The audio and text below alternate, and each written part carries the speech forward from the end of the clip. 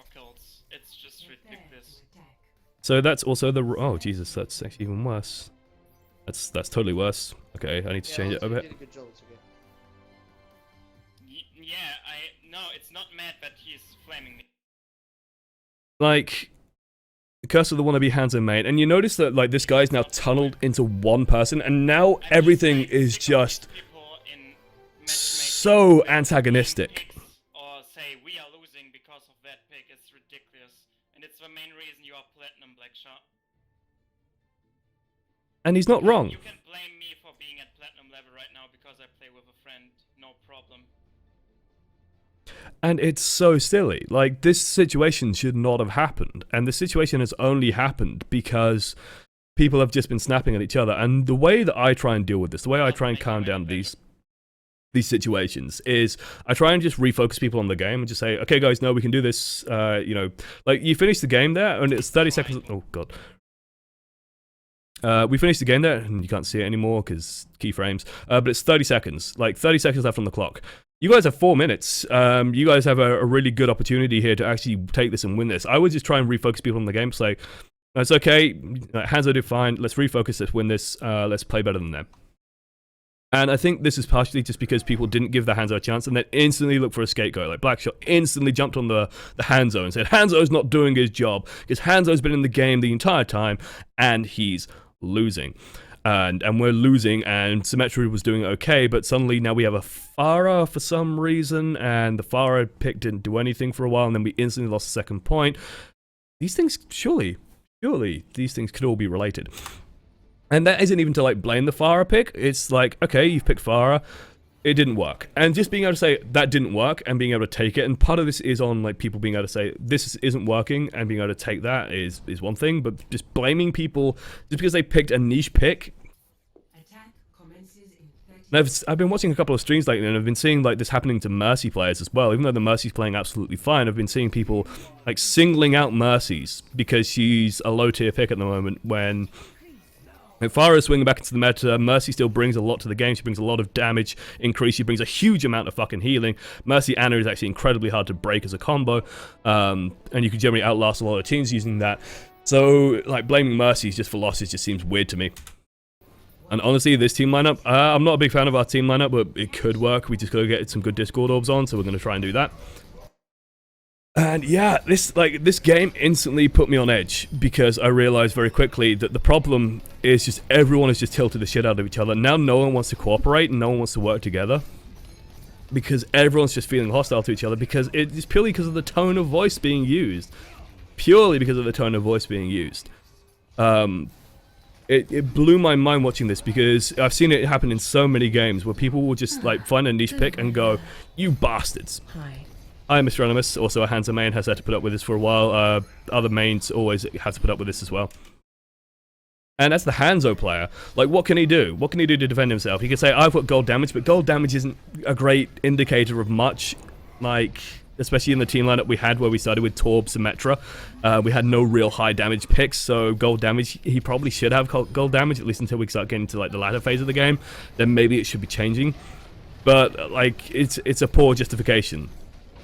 Now, if he adds gold to limbs, that's probably a better indication of what Hanzo is actually providing as we're shooting away. And, like, now that Reinhardt isn't interested in really supporting much, he's not interested in doing much. Can you tell me what you're doing, Blackshot? And you notice that, like, there's no communication in the team anyway. Like, as we're pushing in here, what's the plan? Does our team have a plan? Do we have an idea? Do we have a direction? We're kind of shelling away, looking for some picks. We're waiting for Genji to come back, maybe, because Genji died pretty early. We've got to wait for Genji to come back. Are we waiting for Genji to get in the backline and do some stuff, maybe? Doing some good damage, but they're just healing it right back up. Like, Soldier can just survive it and heal it. So we're not really doing much at the moment. Still not doing much. No one's communicating. No one's doing anything. No one's saying anything, because no one wants to, because no one wants to work together anymore. We've got Reinhardt going one way, we've got two flankers going the other way, instantly get shut down. And it's just falling apart. And this is purely because of tilt. This is purely because of tilt, not because the team is necessarily playing badly. They are, but that's a symptom, not the cause. The cause is because everyone's just put each other on edge and no one wants to work with each other anymore. And we're sort of stuck with our dick in our hands, not being able to do anything, because our team is tilted itself at the face of the planet. And it was fascinating to me to like watch this Reinhardt, who should be communicating a plan maybe, or should have some idea of, you know, what he wants to do. And now it's turning into the blame game. Because now Hanzo feels defensive. Why you're not holding up your shield? Why you're staying in the fucking corner as a tank? Like, this is not helpful. But he feels the need to say this because he has to justify himself because he's been attacked all game. So now he wants to put out his case into the game, and suddenly it all snowballs out of control. This is why the word is toxicity, because it spreads from person to person. It's a toxin, a poison in your team that kills it from the inside. And it's not just one person, it gets into everyone's heads, and it gets into my head when I play, and I've seen this happen to countless people, where if you start calling someone out and you start criticizing them, they feel the need to defend themselves. Everyone does.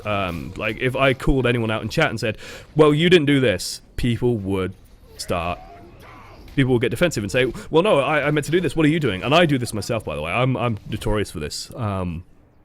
When people criticize me, I will list off every flaw that they make, because I try and keep track of stuff like that. And I will say, well, you weren't doing this, this, this, this. And it's not even like answering the criticism to me, it's just spooning them back tons and tons of bullshit that isn't helpful in the slightest at that moment.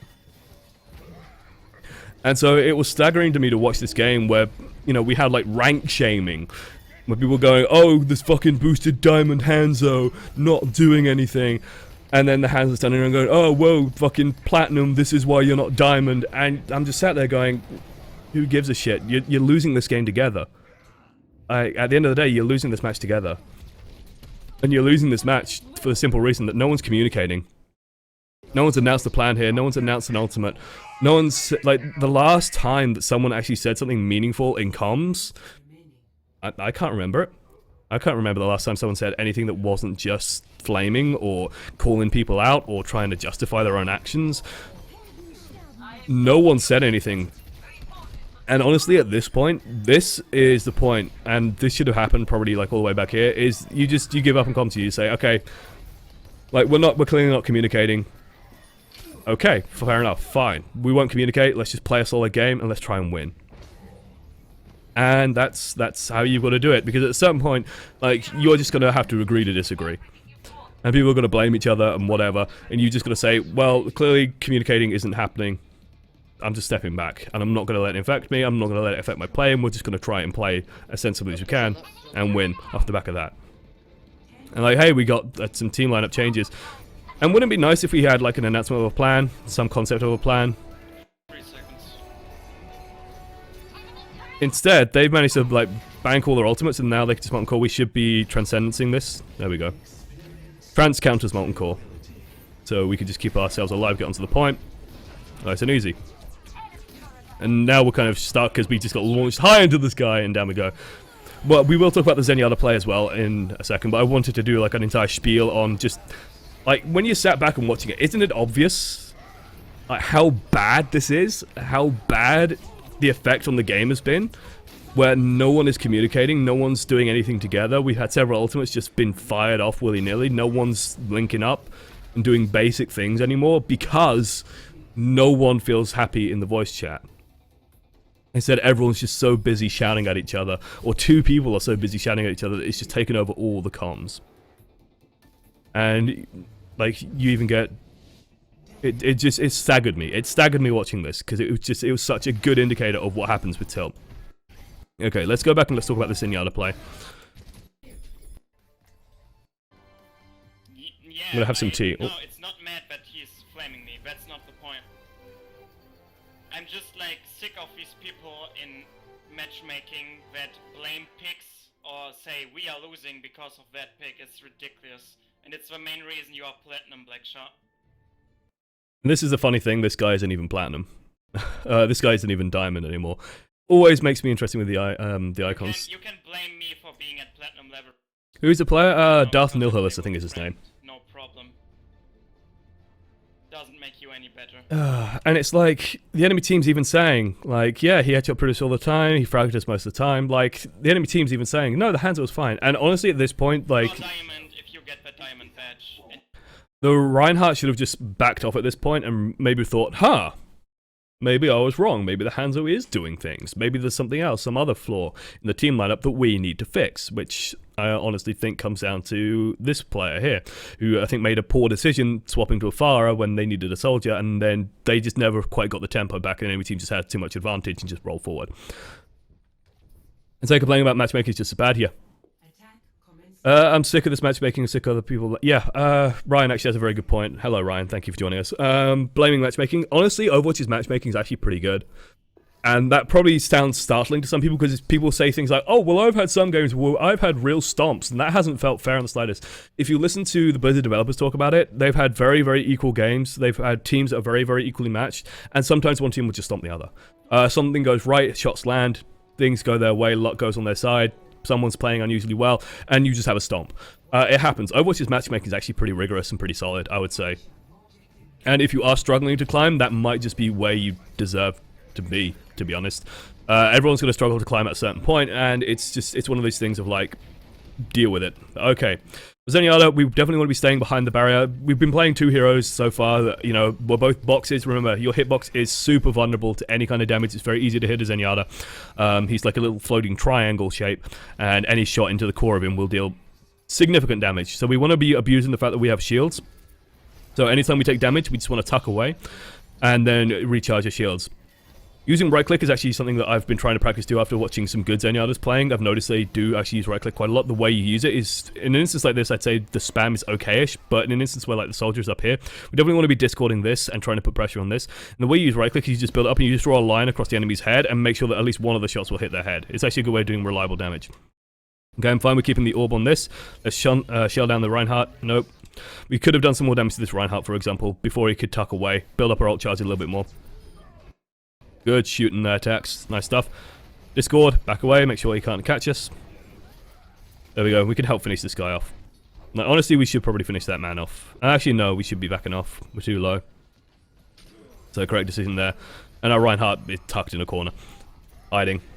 In this instance, we're literally just, like, we want to be pounding Roadhog just to build up our ultimate so we have Transcendence. We'll just skip this nice diatribe. As we... Like, you notice the second we start going out into the open, we're just going to take 1,000,000 damage, so we have to back away. We have to be very careful. Well, honestly, at this stage, we should be backing out, which is what we're doing at the moment. Good. We want to stay backed out a little bit. Put the orb on him, maybe, and then just back out. Take it safe. Hey, PK something. Am I out of touch? No, it's my teammates who are wrong. Competitive players. Too bloody right. Oh, bless. Definitely should be orbing this soldier. Anytime this soldier sort of stands in this location on the edges here, he's exposing himself very indecently, very improperly for a man of his age, so we definitely want to be putting an orb on that. Notice how low he is? We should be shelling this and trying to get a finish on this. No way we're saving that. Like, the second he takes a charge like this, honestly, his life is already forfeit. That's just a bad charge by our Reinhardt. Like, no one's in position to follow it up. They have teammates all around him. This is the Reinhardt not thinking about where he's going to end his charge and taking a desperate charge. Maybe he feels he has to take a desperate charge because he feels like his team isn't there to support him because they're busy flaming each other, and he's been part of that. We definitely should be looking to support this Dragon Blade, though. And this is honestly, like, this is the opportunity cost of this early Transcendence where we're trying to save someone who's already doomed. Is that immediately after this, Dragon Blade comes out, and we could just keep this Dragon Blade up and running. Like, now, we could be Transcendencing. And we could be making our team so much safer. Because now we're in trouble because the Reinhardt's still alive. Causing us all kinds of issues. Managed to get 2 kills on the support, and now it's just poor Genji left alone with the Zarya. Genji's Zarya not really going to be enough after the turret and after the Reinhardt and all this stuff. Killing stuff. Oh, excuse me. Having a bit of windy pops. Adversity is an opportunity for change. Otherwise, we're coming back in. We want to, like, this is where we want to be careful. Group up is the right call. Let's get an orb on this soldier. Nice, good shooting. Honestly, Genji should be finishing this off now. Genji's missed a huge opportunity with that. Maybe his dash is on cooldown, but he should have just dashed up there and finished that off. One thing I will say is a definite way to improve your Zenyatta play. Maybe this is not the game for it, but just making calm calls of, like, so-and-so Discord. Like, Roadhog discorded. And we probably just want to keep it on the Roadhog at the moment. Reinhardt, that's a tilted Earthshatter if I've ever seen one, where he's just decided to do it, and then we get charged because we're poking a nose around a corner. We shouldn't probably be poking a nose around. at the moment because the push hasn't fully committed yet. Well, he committed us to a bad push. And then this is just unfortunate, I guess. That just feels bad.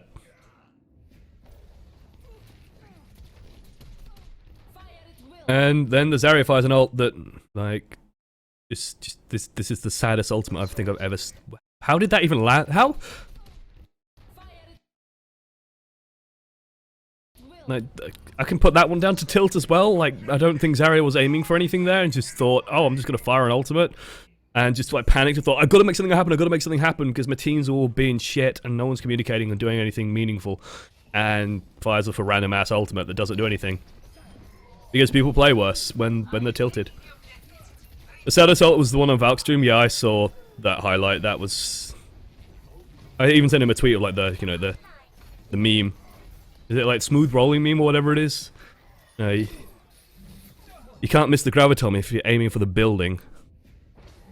In this instance, like, we're now fucked, and as Zen, like, we definitely don't want to be doing this kind of ranging around. Like, we end up in a stupid position here, purely because we're trying to avoid a Reinhardt, but honestly, I think if we just pull back this way, we might have been in danger of the Rein killing us, but we had a decision point here, where we either pull away, or we try and get back to our team, and I think either decision has kind of left us in a catch-22. We just want to be trying to maximize our damage on the Reinhardt.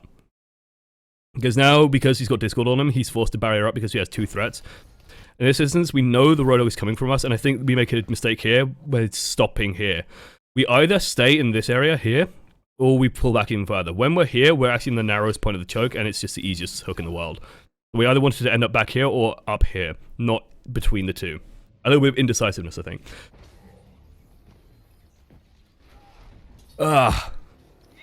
And it just blew my mind. Like I said, this game literally was lost, not because of gameplay, but because of people's actions to each other. Push on that. And like this is a good push. Like this has the makings of actually a winning push, game-winning push, where you have a group moving together. Unfortunately, we lose the D.Va early, but D.Va honestly works okay as like a Torbjorn buster. Let's build up our ultimate. Okay, good. Let's use it. Counteract the molten core. Keep soldier alive, like I said earlier. Correct. Okay, back up. And this is just unfortunate for us. Like, the Reinhardt comes back, it takes us too long to kill anything, we lose. This hurt to watch. This really hurt to watch.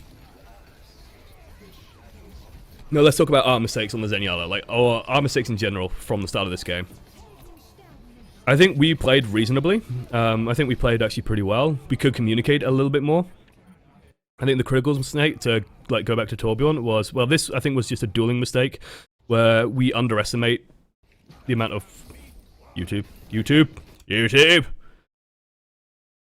Let's try it from here. There we go.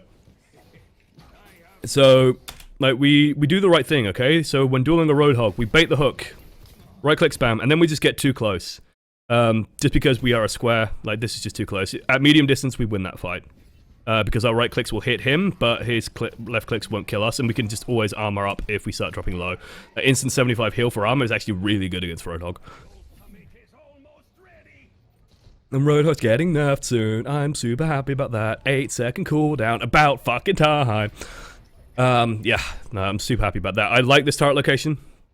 I think in this game, it might be a little bit too conservative, just because the enemy team, like, they have to get all the way onto the point before this turret starts taking effect, while most of our team is defending over here. We have very little pressure on the sort of main team coming in, but I think overall it was fine. And I think it's, especially as long as they're staying on the far, I think that turret location is actually really good. Rather than putting it like somewhere up top behind us, so if we turn around and look up above on top of that platform, a lot of Torbs like to put the turret on the platform or on top of that. If they're running a Farah, don't do that. Have your turret in a more conservative location like this guy's doing. That's absolutely fine. That's spot on. Otherwise, you just want to be shelling out damage. We want to be storing up a molten core. If they make a big push, we just press Q. That instantly stops the push. I think the one big mistake we made with Torb earlier. Like, I like our positioning here, by the way. I like where we're standing. We're about middle distance, shelling away. If anything, if they start to run too close into us, then we can start right-clicking. If they start diving hard into us, we can start right-clicking, get some good kills. Otherwise, we are fine just playing it safe, left-clicking away, providing armor to our team. Armor will really shut down the Roadhog a little bit, and it will shut down the Soldier 76 a little bit. And with the Symmetra as well, anyone who dies should be getting back nice and quickly, so... Like, I'm fine with this positioning. I'm happy with this positioning. We don't want to be any closer just because we're too delicate. Even though Torbjorn's fairly robust with his 275, 200 health, 75 armor, because he's always going to have a pack on him, we definitely want to be at middle distance, just because, as I said, our hitbox is not favorable to us. It's very easy to kill a Torbjorn, especially as a soldier. And I think actually, just to highlight on that even further, I think people are missing something with the new Bastion, where I think its hitbox is actually very punishing. Otherwise, I think our other major mistake was just the mismanagement of this ultimate. Like, I'm not entirely sure what prompts us to use this ult. Our turret took some damage, but our turret already was damaged, I think. Yeah, I think we just panicked because I think something hit our turret, and we just go, and we molten core. Enemy team could have honestly afforded to wait and just outlast this and then push in afterwards. Honestly, I'm fine with us getting hooked here as well. So actually not a bad idea to bait the hook slightly if the enemy team isn't focusing properly. Enemy team makes a big mistake, they push into it. But unfortunately, it's just too early. Like, when the meta objective starts ticking down like this, we really want to be cognizant of their last push is going to be desperate. We want to emphasize that desperation. And I think we could have finished building this up, maybe. It's risky at this point because we are so low, but we don't have any other good choices. That we spend so long trying to get some health that... And then we just completely misjudge our turret. We could have left that turret there. So we get a bit panicked. This is a big opportunity for us, but unfortunately their Mercy plays well. And then Mercy just swings the game. So reses come up on both sides, but they have better sort of reinitiation because we're running Symmetra Torb, so our reinitiation isn't great. And then, yeah. And then after this, it just becomes like a tale of bad picks, but it's not even the bad pick that people are shouting about. The Hanzo was fine. Yeah, Torbjorn can use. Like the swap onto Zenyatta, perfect. The swap onto Pharah, big problem. Anna would have actually been even better than the Pharah. Like, Anna could have just focused on shooting the fucking Pharah. I don't understand this pick, and that was honestly the turning point of this game. And in general, like, Nuz, by the way, it's a good time to start asking questions, chat. Today was slightly shorter, but it was always going to be a slightly shorter episode.